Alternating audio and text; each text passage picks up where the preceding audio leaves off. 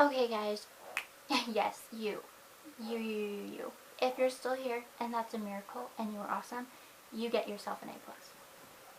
Because this is very long-winded. And I just have to stop doing assignments so that I don't have as much to say and read in this series. No, just kidding. Okay. Whew. Breathe. This is the very last assignment, and this is the extra credit. And I spent too much time on this. I put my blood, sweat, and tears in this because I found it really interesting. And I can almost bet, can almost guarantee that you will not find it so interesting. But, okay, so this is basically a father's prayer, kind of, to his daughter. And I really should be saying the names of all these poems for you. So, this is a prayer for my daughter. That is what this is called. And I'll just really briefly, really quickly go back to the other poems. And then there was that one, which is Tulalus, can't pronounce it. And then the one before that, this is totally, hopefully, kind of in order. This one was Making the Jam Without You. That was the mother-daughter. And those are just some notes.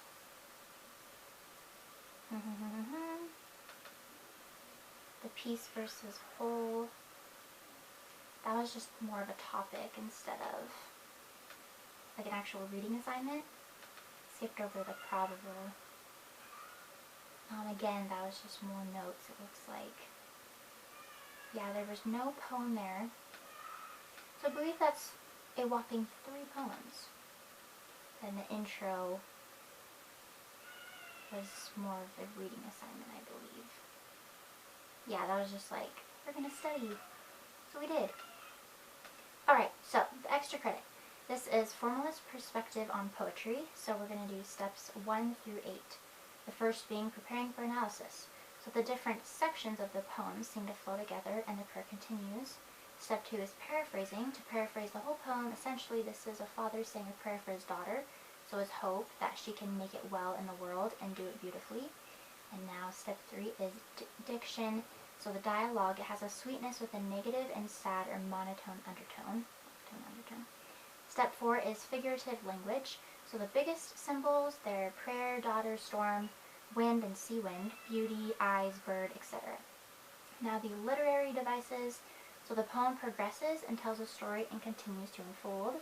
And these are just thoughts thrown out there, like first thought, kind of lazy, so they might not make sense and they're not that detailed or solid. So step 6 is the metrical patterns and the rhyme schemes. So this is a poem with a rhyming pattern. There's a lot of rhyming. Also the rhyming in some areas is close to rhyming but not completely an exact rhyme. And we've seen that with other poems. Now tension, paradoxes, ironies. So an example, the prayer could or could not be real or figurative. Now step 8. Step 8 was not included in another assignment, but it is in this. So this is theme statement. So it's sad, thoughtful, thought-provoking, hopeful. It's like a wish. That's what this prayer poem is. Now there's symbols, allusion, and then motifs, still can't pronounce that. And then one analysis. So I'll just read those 4 paragraphs to you.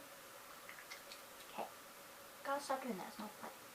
Alright, so symbols. The main symbols within this poem are prayer, the father's daughter, the storm consisting of wind, particularly sea wind, the mind, beauty, and a bird called I think it's linnet.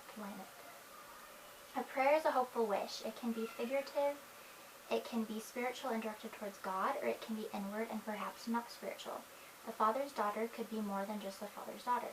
She could represent goodness and innocence. She could represent keeping the good away from the bad and protecting and shielding it from evil. The storm could be symbolic of the bad and evil things in and of the world. Wind is something that you cannot possibly see, you can feel and you know it is there. A cool breeze for wind can be a good and nice thing on a hot summer day, but when the wind picks up and creates a dust storm or tornado or any other type of bad storm, we strongly dislike and avoid the wind.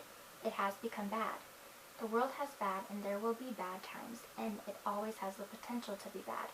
We will at times wish and hope for the summer day breeze to return. The human mind is a powerful thing. It can have beautiful moments. It stores information and it creates information. It is who we are. It creates feeling and is feeling. It is us. Now beauty. The Father wants beauty for his daughter. He wants beauty for her and her life, and he wants the ugly to stay away from her. Life can be beautiful and there can be ugliness in it as well. A linnet is a type of bird. I said in what it is. Birds are symbols of freedom. A bird cage, or bird's cage, though not mentioned in the poem, is symbolic for taking freedom away. The Father wants his daughter to be and feel free.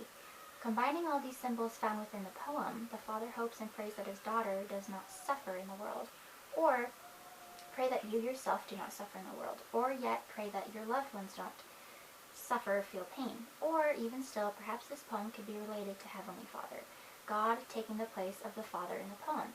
The setting is important, and another literary device beside the symbols. The setting involves and is based around the storm that could very possibly disturb or harm the Father's daughter, and this setting and storm gives us the story and is the reason for the prayer.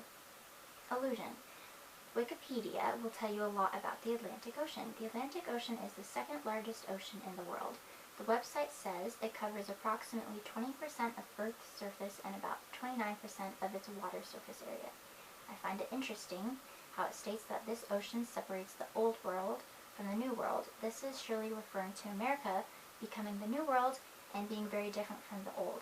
The continents of Europe, Africa, and Asia. Google will tell us that the Atlantic Ocean is warmer than the Pacific. Let's look at this data with a lens of symbolism, whereby the haystack and roof leveling wind bred on the Atlantic can be stayed, the text says. That's a quote. The Atlantic, like all large bodies of water, is strong and powerful and can be very dangerous and deadly. The poem tells us that this wind surely came from the ocean. The powerful wind can be related to the bad in the world, all the hurt and evil. Sadly, too much of the world has bad to it. You can always find the bad, and you can, of course, always find the good just as easily. 20% of the Earth's surface is the Atlantic. Imagine that much bad, symbolically. Now, the New World and the Old World. The Atlantic Ocean separates them. As the fact goes, and as we all know, when America was young and fighting for freedom from the old world, some may have seen the Old World as bad, and many did, and some still do as they look back. We do not know where exactly this poem or story takes place. Is it America? Is it Europe? Is it Old World or New World? Old World. Wherever it is, the Atlantic is separating something somewhere, separating the old from the new, the so-called bad from the free. Relating to the poem, the wind is separating people from each other. That can be a good thing if the people do not want to communicate or interact, but it can be bad if they are separated from their loved ones. The Father in the poem wants what's best for his daughter, and he does not want the wind to come between them. Now, thankfully, the Atlantic Ocean is warmer than the Pacific, creating symbolism attached to this idea. At least the bad storm that arose because of the Atlantic Ocean is not as terribly cold and cruel as the Pacific. It could always be worse. The Atlantic Ocean can be seen as illusion in this poem. And illusion is A-L-L-U-S-I-O-N.